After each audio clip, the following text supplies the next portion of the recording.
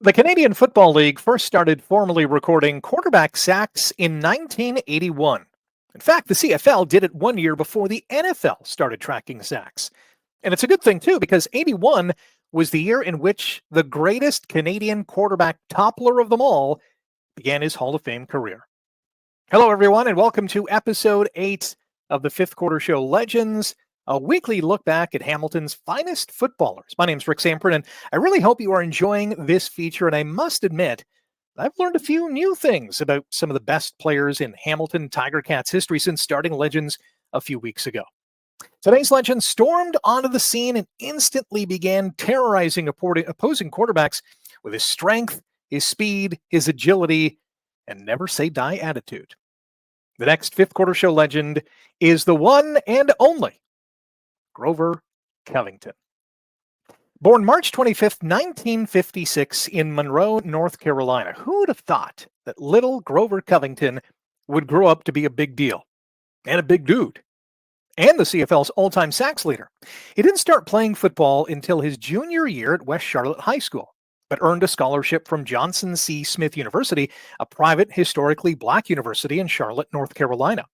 Its football team, the Golden Bulls, played Division II ball in the Central Intercollegiate Athletic Association. So it wasn't a big surprise that NFL teams didn't pay much attention to Covington when the 1981 NFL draft was held. The Montreal Alouettes convinced Covington that he could carve out a nice career in Canada, and so he ventured north in the spring of 1981 and signed with Montreal as a free agent. But Covington never starred for the Alouettes because he was traded to the Tiger Cats on June 30th, 1981, 2 days before the start of the regular season. Montreal shipped Covington and McMaster University defensive lineman Ed Spikeman to Hamilton for future draft choices. Spikeman ended up playing just one game for Hamilton. Covington would go on to play in 168. Now, he made an immediate impact. Wearing number 66 in his rookie season, the 6'2", 235-pound Covington recorded 16 sacks and earned an East Division All-Star selection at defensive end. It was a sign of things to come. As a team in 1981, the Ticats finished first in the East with a record of 11-4-1, but they lost to Ottawa 17-13 in the East Final.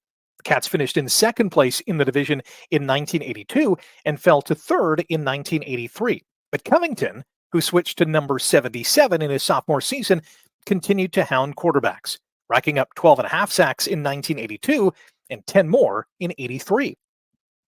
While Covington enjoyed a tremendous start to his pro football career, there were others who were putting up gaudy sack totals as well.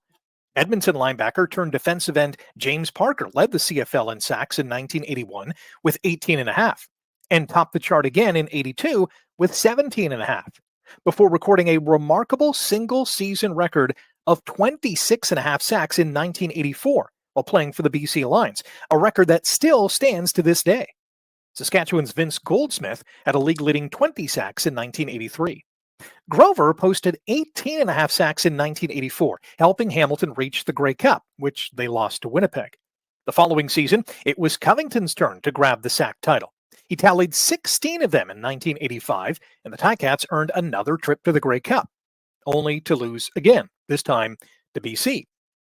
Parker recaptured the sack title in 1986 with 22, but Covington's 18 quarterback sacks helped Hamilton punch their ticket to a third straight championship game.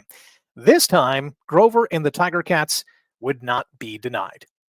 Hamilton unleashed a defensive onslaught against heavily favored Edmonton at BC Place Stadium in the 74th Grey Cup, led by Covington's 3 sacks and 2 forced fumbles on Eskimos quarterback Matt Dunnigan. The Cats led 29-0 at halftime and romped to a 39-15 victory, and Covington was named the most outstanding defensive player of the Grey Cup.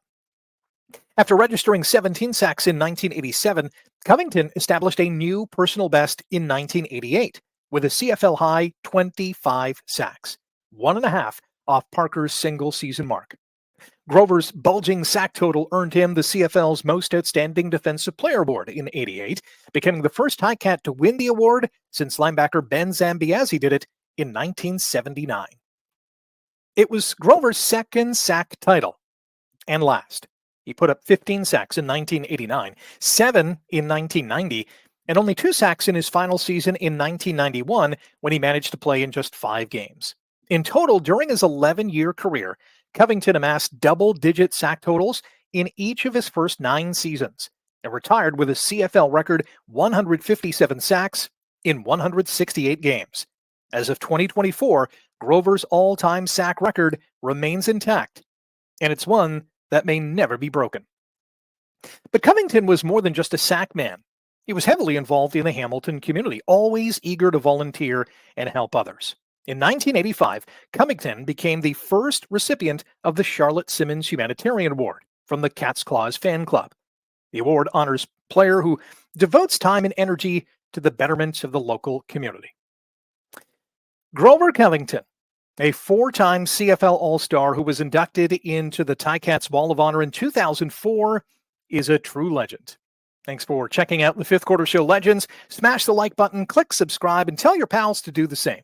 Another episode of Legends will drop next Thursday, and the Fifth Quarter Show Seasons is going to continue this coming Tuesday. Looking forward to seeing you then. Until next time, Oski Wee Wee.